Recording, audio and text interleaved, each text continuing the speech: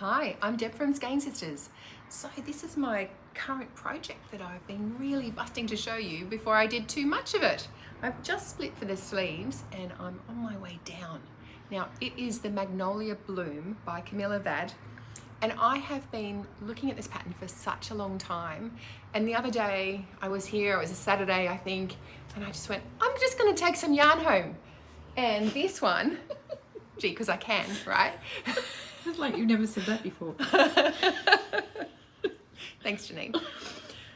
This one here has been I've been playing with it. I've taken different colours home to do colour work, and then I thought, no, this is going to be the perfect yarn for this pattern. It is the Amano Yarns Warmi, and it is, I've just got to look, 70% baby alpaca and 30% merino wool. So it's got this beautiful softness of the alpaca with a bit more sturdiness from the merino wool. Alpaca can sometimes be too soft to do something like a jumper like this.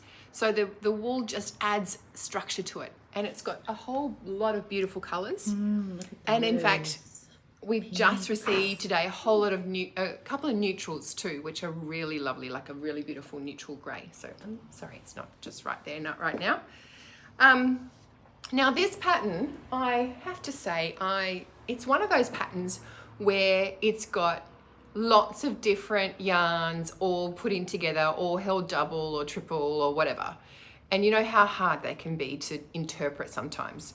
So looking at it, it said that the main yarn was held double and the mohair was held double. So what I'm actually using is the Sesia Oliver, which is an alpaca blend. So really gorgeously soft too. It didn't focus. So I took home 10 skeins of the 10 ply of the Warmi, and I think 3 or 4 of these, and got home and realized in fact that the main yarn is actually in the pattern of 4 ply.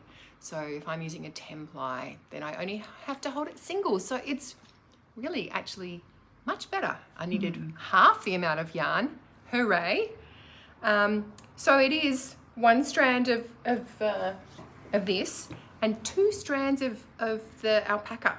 Now, what it does, zoom in. Because it's a very pretty pattern, but also when you have a look at it a bit closer, you can see the slight discrepancy in the colours, which is nice. It gives it an interest. So yeah, and those two are slightly different. I'm really pleased actually that I chose those two. Part of it was that was the only green that we had that went even close, and probably if we'd had one, there's one in this range called Moss, which is more of this colour, I probably would have gone home with that. But I actually love it now. I'm showing it just with a little bit of difference, a bit of mild, that mild look, a bit of brightness. And I just said to Janine that when I was first knitting it, I think it was quite late at night and the light isn't so great in my living room. And I'm thinking, oh, do I like this colour or not? I'm not sure. And then as soon as I put it on, I was like, wow, I love it. I actually love it, which is an interesting thing, isn't it? That sometimes in your hand it's not right, but on you, it looks perfect. So yeah, as I said, I've just split the sleeves because it's really thick with those 3 strands together. I'm hopefully going to whiz through it and be wearing it still while it's freezing cold.